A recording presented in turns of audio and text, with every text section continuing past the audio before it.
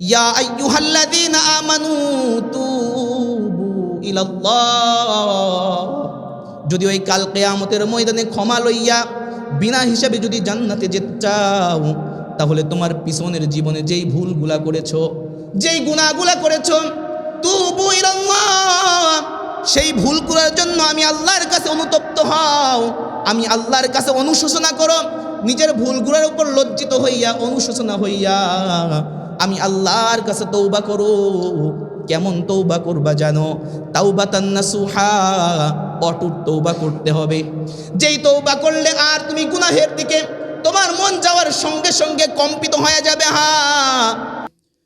ওয়াতারান NASA সুকারা ওয়া মা হুম বিসুকারা ওয়ালাকিন্না আযাবাল্লাহি শাদীদ।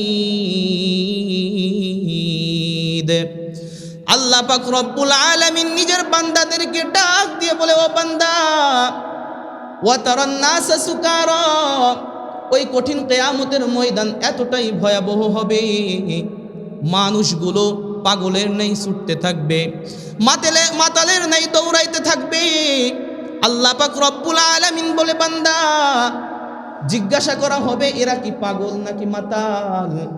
উত্তর দেওয়া হবে, ওয়ামা হুম বিসুকারা, না না না, এরা পাগল নয়, এরা মাতাল নয়, বরঞ্চ বান্দা ওয়ালাকিন্না আযাবাল্লাহি শাদীদ, আল্লাহর আযাব বড় কঠোর, আল্লাহর আযাব বড় ভয়াবহ।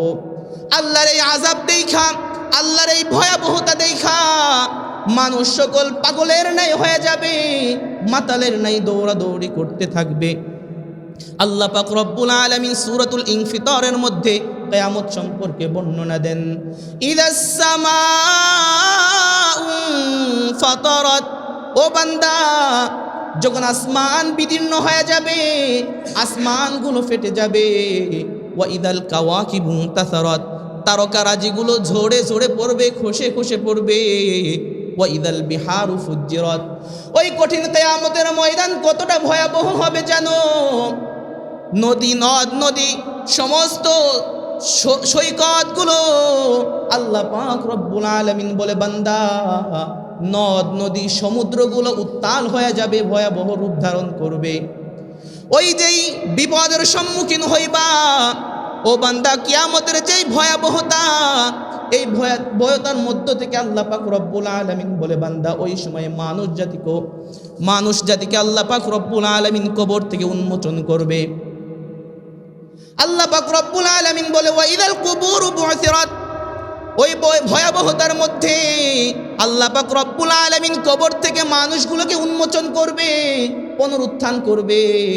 আল্লাহ বলে, বান্দা, ওই সময় যখন মানুষগুলোকে কবর থেকে উঠানো হবে, সকলেই জানতে পারবে, আলিমাত নাফসুম মা কদ্দামাত ওয়া আখরাত, সকলেই জানতে পারবে সে দুনিয়ার মধ্যে কি করেছে, দুনিয়ার মধ্যে কি আমল করে আখিরাতে এসেছে, দুনিয়ার মধ্যে কি করেছে এবং আখিরাতের মধ্যে কি নিয়ে এসেছে, এটা সকলে জানতে পেরে যাবে, জানিয়ে দেওয়া হবে। যখন বান্দা জানিয়ে দেওয়া হবে, তখন আফসোস করে কোনো লাভ হবে না। আল্লাহ পাক রব্বুল আলামিনের পয়গম্বর বলেন, আনাস রাদিয়াল্লাহু তাআলা আনহু থেকে বর্ণিত, রাসূল আকরাম সাল্লাল্লাহু আলাইহি ওয়াসাল্লাম বলেন, ওই কঠিন কিয়ামতের ময়দান, যেই ময়দানের মধ্যে এমন কোনো ব্যক্তি বাকি থাকবে না যেই ব্যক্তি আফসোস করবে না, সবাই আফসোস করবে। মা মিন আহাদিন ইয়ামুতু ইল্লা নাদিমা, মৃত্যুর পরে এমন কোনো ব্যক্তি বাকি নাই, এমন কোনো ব্যক্তি বাকি থাকবে না যে আফসোস করবে না। সাহাবায়ে কেরাম জিজ্ঞাসা করলো, ক্বালু ওয়া মা নাদামাতুহু ইয়া রাসূলুল্লাহ, ও আল্লাহর পয়গম্বর, মানুষগুলো কি নিয়ে আফসোস করবে, কোন বিষয়ে আফসোস করবে? গভীর মনোযোগ দিয়ে শুনতে হবে, খেয়াল করতে হবে, বোঝার চেষ্টা করতে হবে।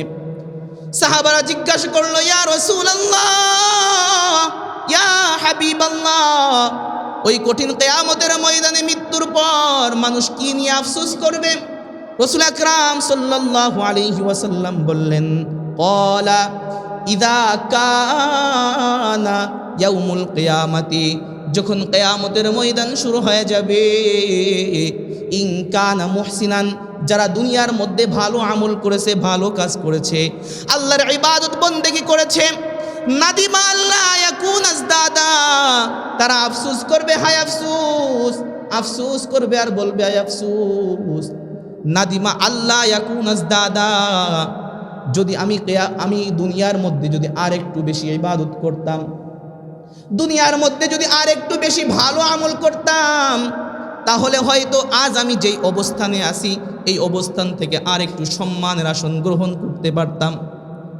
ইন কানা মুসিআন, আর যে ব্যক্তি দুনিয়ার মধ্যে আল্লাহ পাক রব্বুল আলামিনের ইবাদত করে নাই, সব সময় ফিতনা ফাসাদের মধ্যে লিপ্ত ছিল, গুনাহের মধ্যে নিমজ্জিত ছিল, আল্লাহ পাক রব্বুল আলামিনের পয়গম্বর বলেন নাদিমা আল্লাহ ইয়াকুনা নাজা, ওই ব্যক্তি আফসোস করবে আর বলবে হায় আফসোস, দুনিয়ার মধ্যে যদি আমি খারাপ কাজ থেকে বিরত থাকতাম, দুনিয়ার মধ্যে যদি আমি হারাম কাজ থেকে বিরত রাখতাম, নিজেকে যদি গুনাহ থেকে হেফাজত রাখতাম, আজকে হয়তো আমার এই বিপদের সম্মুখে পড়তে হতো না, আজকে হয়তো আমি যারা জান্নাতের মধ্যে আছে, যারা আল্লাহর নিয়ামত ভক্ষণ করতেছে তাদের সঙ্গে থাকতাম।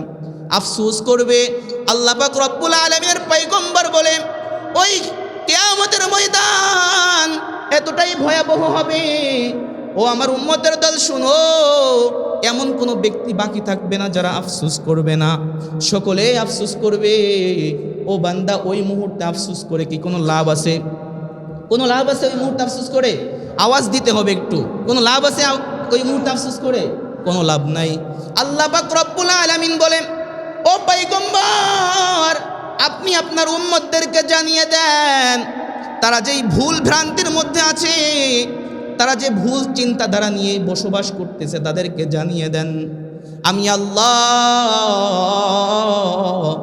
ওই সময় আফসোস করে কোনো লাভ হবে না, ওই সময় আমি আল্লাহর কাছে আফসোস করে কোনো লাভ হবে না।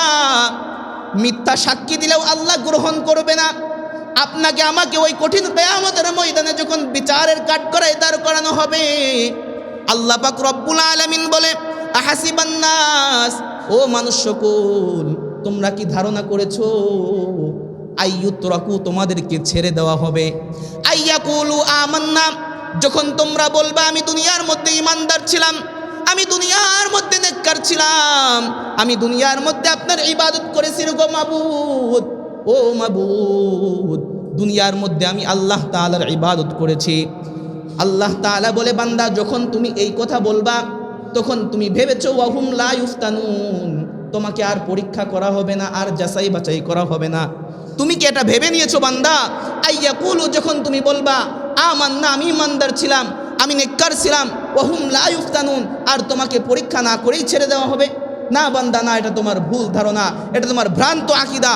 বরঞ্চ বান্দা শুনে রাখো, ওয়ালাকাদ ফাতান্নাল্লাযীনা মিন ক্বাবলিহিম ফালায়ালামান্নাল্লাহুল্লাযীনা সাদাকু ওয়ালা ইয়ালামান্নাল কাযিবিন। বান্দা, তোমাদের পূর্বে যারা দুনিয়ার মধ্যে ছিল, তোমাদের পূর্বে যারা দুনিয়ার মধ্যে ছিল, ওয়ালাকাদ ফাতান্নাল্লাযীনা মিন ক্বাবলিহিম, তারা যখন মৃত্যুবরণ করে গহীন অন্ধকার কবরে চলে এসেছে, ও বান্দা, তাদেরকেও আমি প্রশ্ন করেছি, তাদেরকেও পরীক্ষা করেছি, এবং তাদেরকে পরীক্ষা করার পরে, প্রশ্ন করার পরে আমি আল্লাহ জানতে পেরেছি, ফালা ইয়ালামান্নাল্লাহুল্লাযীনা সাদাকু ওয়ালা ইয়ালামান্নাল কাযিবিন, কারা সত্যবাদী আর কারা মিথ্যাবাদী আমি আল্লাহ জেনে যাব, কিছুই গোপন করতে পারবা না, সব কিছু আমার আল্লাহ জানতে পারবে। ওয়া হুয়াস সামিউল আলিম ওয়া হুয়াস সামিউল বাসীর। আল্লাহ তাআলা মহা জ্ঞানী, আল্লাহ তাআলা মহা সর্বশক্তিমান। আমি আল্লাহ তাকে কোনো কিছুই গোপন করতে পারবো না, পারবো না।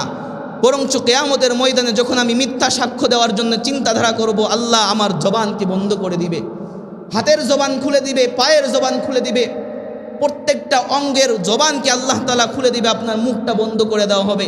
দুনিয়ার মধ্যে আপনি অনার্গল মুখ দ্বারা কথা বলতেছেন, সব কিছুর জবান বন্ধ হয়ে আছে, কিন্তু ওই কঠিন কিয়ামতের ময়দান, ওই ভয়াবহতা যখন বিচারের কাঠগড়ায় আপনাকে দাঁড় করানো হবে, আল্লাহ যখন কহার রূপ ধারণ করবে, তখন বান্দা আপনার আমার বাঁচার কোনো উপায় থাকবে না।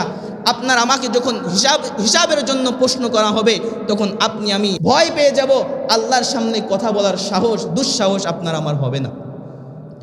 রাসূল আকরাম সাল্লাল্লাহু আলাইহি ওয়াসাল্লাম হাদিসের মধ্যে বলে, আনাস রাদিয়াল্লাহু তাআলা আনহু থেকে বর্ণিত, হযরত আয়েশা রাদিয়াল্লাহু তাআলা আনহু বলেন, একদা রাসূল আকরাম সাল্লাল্লাহু আলাইহি ওয়াসাল্লাম নামাজের পর আল্লাহর কাছে দুইটা হাত উত্তোলন করে বলে, আল্লাহ আল্লাহুম্মা হাসিবনি হিসাবান ইয়াসীরা।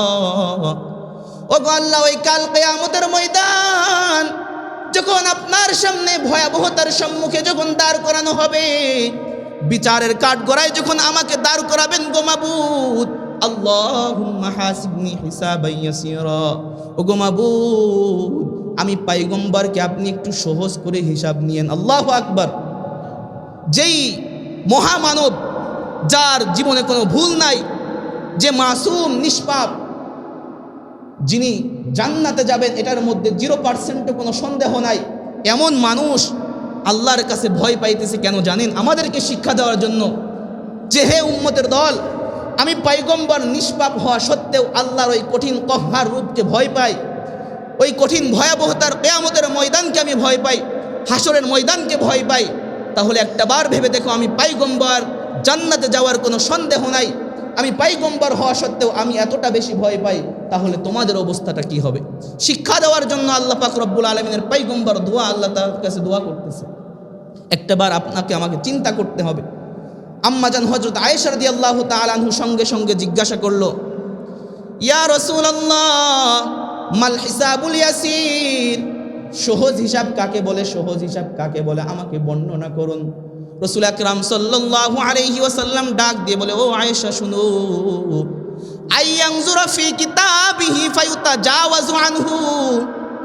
আল্লাহ পাক রব্বুল আলামিন বলবে, আইয়ানজুরা ফি কিতাবিহি, ও বান্দা তোমার আমলনামা পড়ো, তোমার আমলনামার দিকে তুমি নজর করো।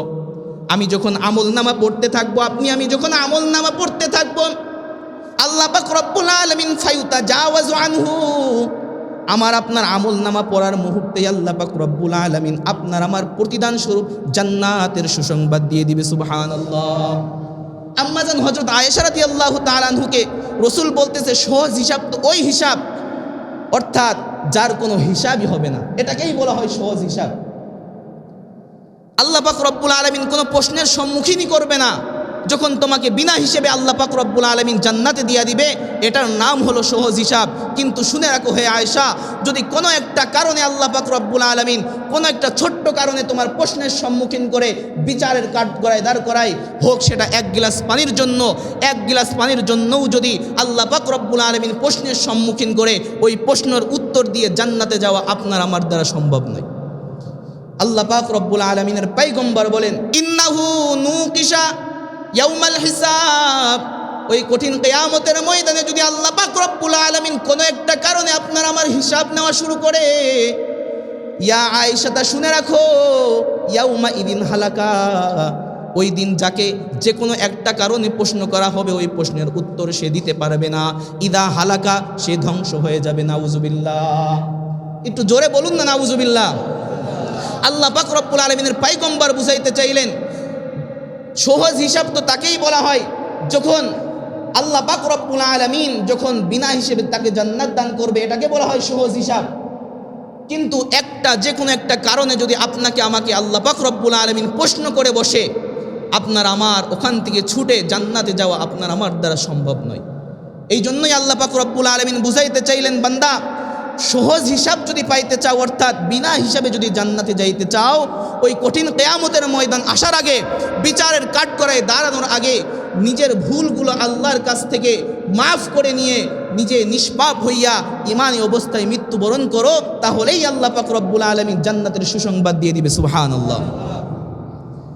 আল্লাহ পাক রব্বুল আলামিনের কাছ থেকে যদি ওই ভয়াবহতার মধ্যে বিচারের কাঠগড়া থেকে যদি আপনাকে আমাকে পরিত্রাণ পাইতে হয়, ক্ষমা পাইতে হয়, আল্লাহ পাক রব্বুল আলামিন সূরাতুত তাহরীমের মধ্যে বলে দেন, ও আমার ইমানদার বান্দাগণ শুনে নাও, ইয়া আইয়ুহাল্লাযীনা আমানু তুবু ইলাল্লাহ, যদি ওই কাল কিয়ামতের ময়দানে ক্ষমা লইয়া বিনা হিসাবে যদি জান্নাতে যেতে চাও, তাহলে তোমার পিছনের জীবনে যেই ভুলগুলা করেছো, যেই গুনাহগুলা করেছো, তুবু ইলাল্লাহ, সেই ভুল করার জন্য আমি আল্লাহর কাছে অনুতপ্ত হও, আমি আল্লাহর কাছে অনুশোচনা করো, নিজের ভুলগুলোর উপর লজ্জিত হইয়া অনুশোচনা হইয়া আমি আল্লাহর কাছে তওবা করো।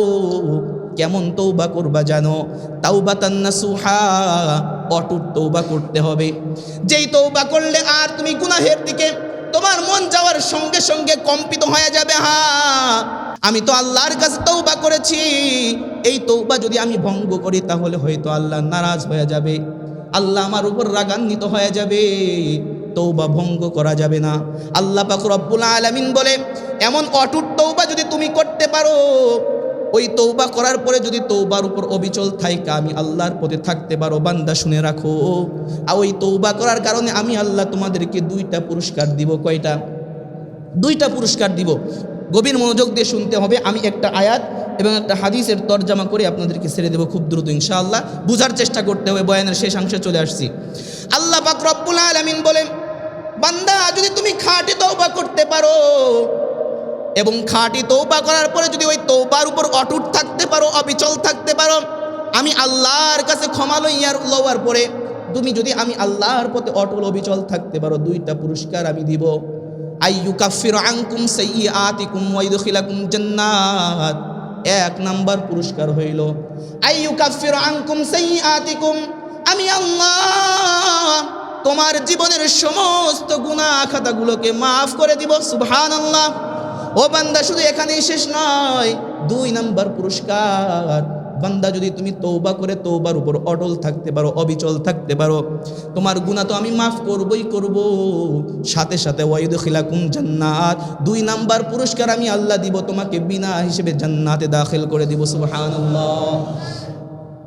রাসূল আকরাম সাল্লাল্লাহু আলাইহি ওয়াসাল্লাম হাদিসের মধ্যে বলেন, আল্লাহ তাআলা নিজের বান্দাদেরকে ডাক দিয়ে বলে, ও বান্দা শুনো, ইয়া ইবনা আদম, ও আদম সন্তান, শুনে রাখো, ইন্নাকা মা দাউতানি ওয়া রাজাউতানি গফারতু লাকা আলা মা কানা ফিকা ওয়ালা উবালি।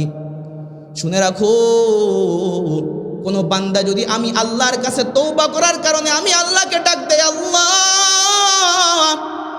ইন্নাকা মা দাউতানি ওয়া রাজাউতানি, নিজের গুনার উপর লজ্জিত হইয়া, নিজের গুনার উপর অনুশোচনা কইরা আমি আল্লাহরকে যখন ডাক দিয়ে বলে, আল্লাহ আমাকে ক্ষমা করে দাও, এবং আমি আল্লাহর উপর ভরসা রাখি, আমি আল্লাহর কাছে ক্ষমা পাওয়ার আশা রাখে, এবং আমি আল্লাহর কাছে ডাকতে থাকে, আল্লাহ বলে, বান্দা গফারতু লাকা আলা মা কানা ফিকা ওয়ালা উবালি।